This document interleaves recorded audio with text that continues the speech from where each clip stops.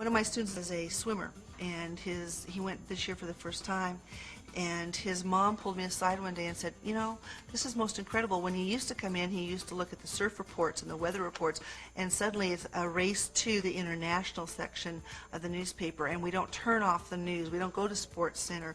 We want to listen to CNN. And she said the debates around the dinner table are taking a decided turn away from sports and into the world. I think it makes kids aware of the world. I think Model UN just opens your eyes, because I think if you're ignorant of what's going on in the world or what's happening, you basically remain a child.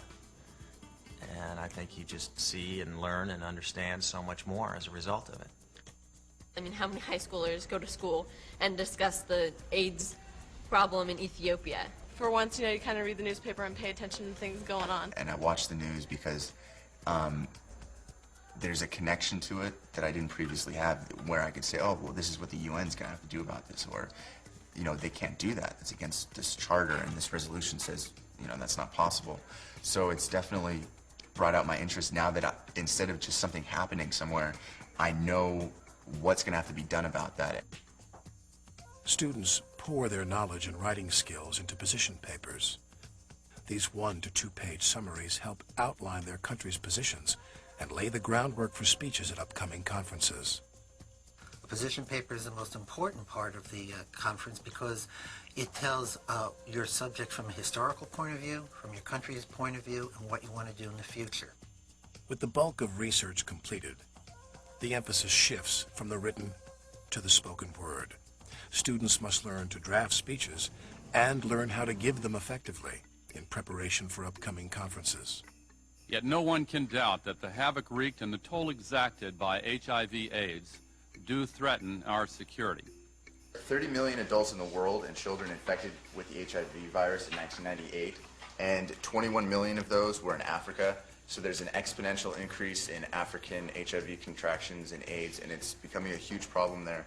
I don't have the statistic with me, but there's a gigantic proportion of men enlisted in the army there that have HIV/AIDS, and when they're gone, who are they going to fight with? Boys, don't stick your hands in your pockets. 93% of your communication message is nonverbal. The goal of research, writing, and speeches is to help countries reach a consensus. Oh, let's make sure we do a long-term and a short-term this time. So that way we're not just addressing one or the other, it's balanced. In the long term, female equality must be addressed in a respectful way that respects each country's national sovereignty. We are a world community. Let's act like it. The culmination of their hard work is the conference, which might include 1 or 2 schools or several hundred, a few dozen students or several thousand, and some schools who do not attend outside conferences might hold a model UN simulation in their classroom. Be in character as much as we can. I know we've practiced it, but we're really going to leave America at the doorsteps. Whatever country we do have, we assume that identity. That's a very important part of Model UN, thinking as another country. Seeing so many young people gathered in the General Assembly chamber reminds us that the United Nations was indeed created for the sake of succeeding generations. The conference covers a wide range of topics, from human rights to refugees, to women's issues, to peace and security. Delegates follow procedural rules aimed at allowing everyone time to be heard. What's a roll call vote? Okay. A roll call vote, the only difference between that and a standard vote is that they call you by nation rather than by show of placard.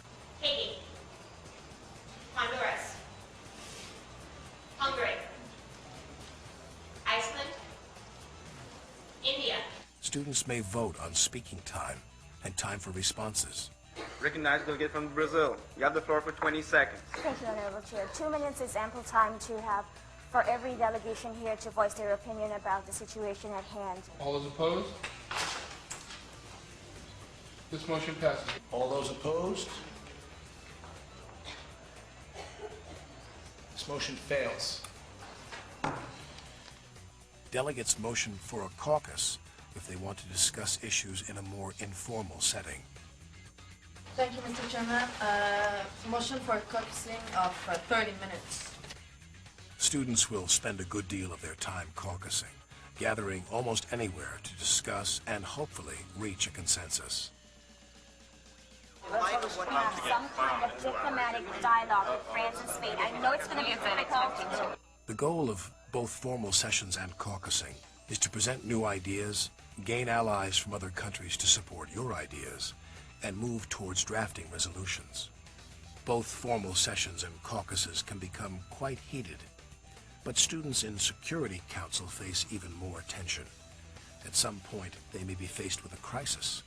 An emergency event will be sprung on them and demand immediate action. I have convened the Security Council for an emergency session. Delegates need to be prepared to discuss situations from today's headlines. If you are planning on taking unilateral actions, what is that to guarantee that you're not going to come over to our country next? Delegate, please, order. Delegate, please, order. Each conference ends with voting on draft resolutions. Just as in the real United Nations, some resolutions pass, but many do not. This peace agreement does pass. Take an interest in the world, take an interest in the UN, and becoming engaged. And I think you should stay engaged. You are the leaders of the 21st century. And we are moving into a global village. Thank you very much. I know, I'm like so happy you guys worked really well. It really worked well. It was excellent work.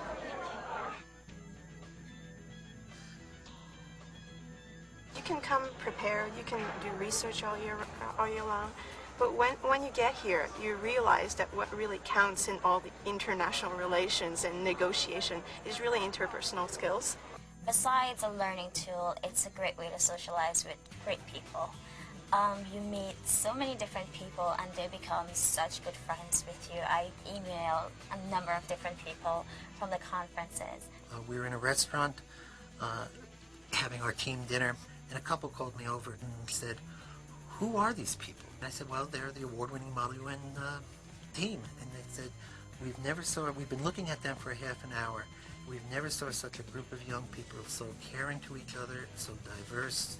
I believe he has learned tolerance through it also, because there's so many different countries and the kids have to represent a country that they are assigned. And it might not agree with what they believe in, but that is what there is in the world, and there's different opinions. It has opened up my eyes that there's a world out there that I too are going to get involved in. So I'm excited. It's literally those people between 18 and 30 who are really changing the world. It's not preparing people to go in the UN, it's preparing people for life.